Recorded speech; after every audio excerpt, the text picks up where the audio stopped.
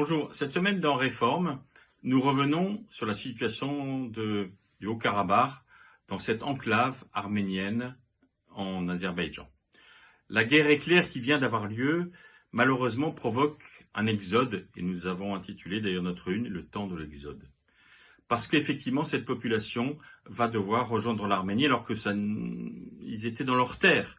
Et donc c'est une situation dramatique et nous sommes sensibles, notamment parce que nous avons été proches des églises évangéliques arméniennes qui nous ont titillés sur ce conflit oublié parce qu'on parle beaucoup de l'Ukraine et moins du Haut-Karabakh.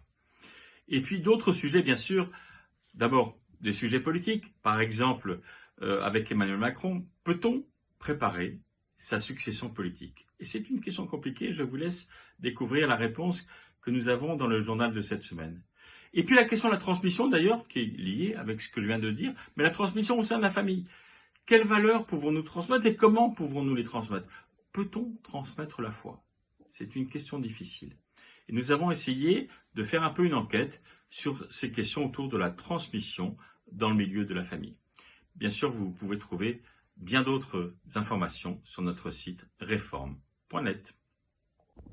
Bonjour à tous, le pèlerin était bien sûr à Marseille le week-end dernier pour la venue du pape. Nous revenons longuement dans nos pages, dans ce numéro, sur cet événement exceptionnel au cours duquel François a eu des mots très forts sur les migrants et le défi d'une Europe fraternelle sur cette question. Nous proposons plusieurs pages nourries de photos très chaleureuses sur ce rendez-vous de François avec la France. Et puis à lire aussi une enquête passionnante sur les futurs agents de police. Nous sommes allés dans une école de police à l'heure où cette profession est en crise, critiquée par certains, et où les candidats se font de plus en plus rares. Ne manquez pas non plus notre entretien avec le philosophe Jacques Ricot, qui apporte un regard distancié et profond sur le débat de la fin de vie. Je vous souhaite une excellente lecture. Bonjour, bien évidemment, famille chrétienne, cette semaine revient sur la visite du pape François à Marseille. Au cours de cette visite, il a exhorté avec force les Européens à plus de compassion à l'égard des migrants en Méditerranée et la messe géante célébrée au Stade Vélodrome a par ailleurs été l'occasion d'adresser un message aux Français, aux catholiques français, qu'il a appelé un tressaillement de foi, de charité, d'espérance. Alors, notre grand dossier, bien sûr, nous fait revivre cette visite éclair à Marseille, mais extrêmement riche du pape François.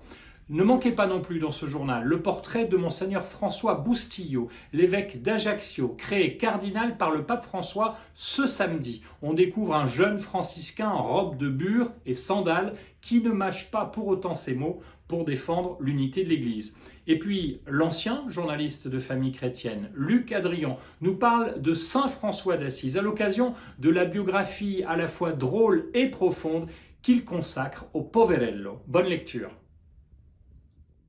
Bonjour, France catholique qui a fait sa une sur la venue du pape à Marseille, bien sûr. Nous vous racontons les coulisses de cette rencontre forte entre les catholiques français et le Saint-Père, notamment au Stade Vélodrome. Nous vous rapportons les paroles de prêtres et d'évêques heureux d'être confortés et réconfortés dans leur foi, dont les paroles de Monseigneur François Bustillo, l'évêque d'Ajaccio, qui sera créé cardinal le 30 septembre. Il a accordé un grand entretien à France catholique où il donne les clés pour réparer la société sans Dieu. Il ne faut pas avoir peur de crier l'évangile, dit-il. À lire également l'analyse d'Hélène de Lauzun sur la tenue du consistoire et la volonté du pape de créer autant de cardinaux. Et puis, les confidences de Philippe de Villiers sur les 30 ans de la venue du dissident russe Alexandre Solzhenitsyn au Puy du Fou. Il souligne l'actualité de son message à l'heure du wokisme et du transhumanisme. Beaucoup de choses à découvrir, donc France catholique sur abonnement et sur france-catholique.fr. Bonjour à tous. Les visites du pape François en France sont rares. Près de 10 ans après un passage éclair à Strasbourg, le souverain pontife est venu clôturer les 3e rencontres méditerranéennes à Marseille le week-end dernier. Dire qu'il a marqué les esprits à cette occasion est un euphémisme. Tous ceux qui ont entendu les paroles du souverain pontife ont été frappés par ces mots, frappés par la bonté qui émanait de cet homme vieillissant, mais ô combien marquant.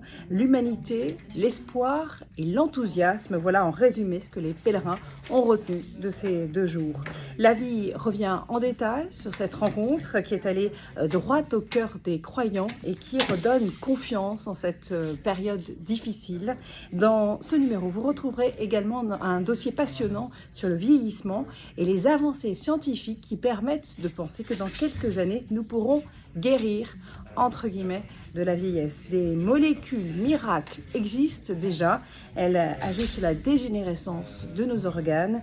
Une course à la jeunesse qui ne va pas sans questionnement éthique. Bien sûr, autant de sujets que vous pouvez retrouver dans l'hebdomadaire La Vie cette semaine. Un numéro que vous retrouvez en kiosque sur notre site internet et notre application mobile. Bonne semaine à tous.